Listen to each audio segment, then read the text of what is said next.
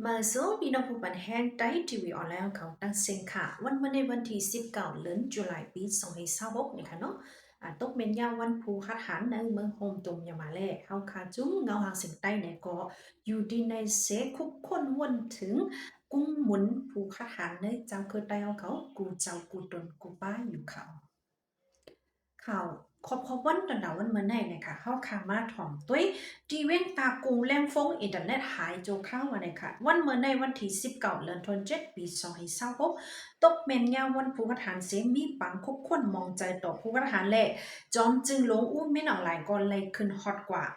ย้อนไหนเนเว้งตากุงกังเนวันเมื่อไหร่แต่เอาเข้าย้ำ8 โมงต่อถึง9 โมงไหนแลมฟงไหลแลมอินเทอร์เน็ตหายไว้หมอกจูมองไปวันนี้ค่ะ เหมือนเจ้าหน้า operator MBT อะดอมออริตูเขาเจอในอ่ำเจอเลยสังเสียยวย้อนว่าลดกาซึเจอกว่าดีกุ้งผู้คัดหารนั่นติดจะไปเคิงจันป่ากูล้ำเส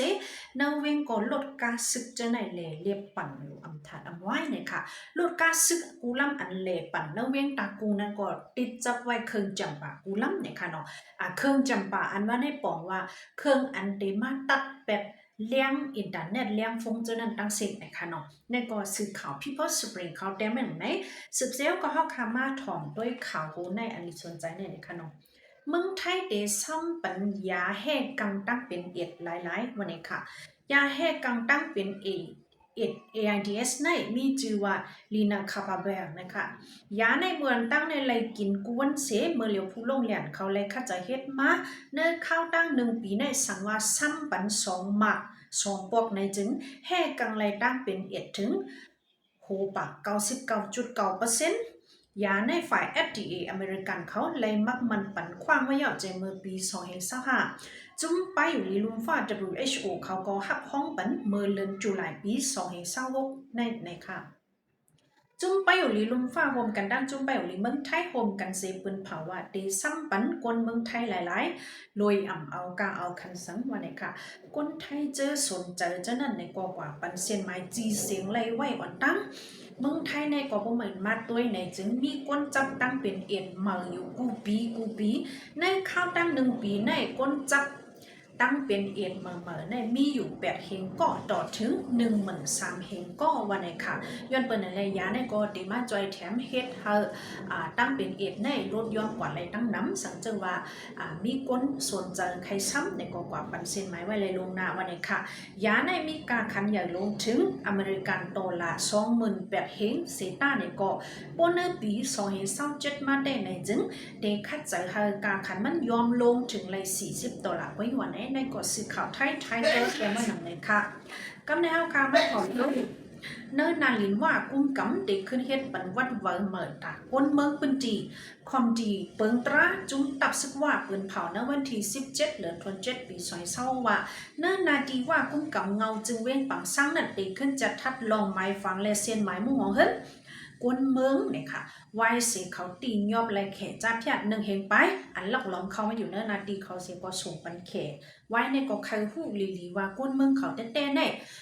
จ่องมันถูกแมนในนั้นค่ะนะเขาขึ้นเดจะทัดด้วยแต่วันที่20เหลือธันวาคมปี2026เนี่ยเดเรียกไล่ปันไม้ฟังเลยเส้นไม้มุ่งหัวเฮิรนอันเหมิดคนเมืองปืนดีกว่ายังอ่านได้ก็เขาใครฮู้โขนับกวนปืนดีเฮาเต็มนัดลีงามแหละ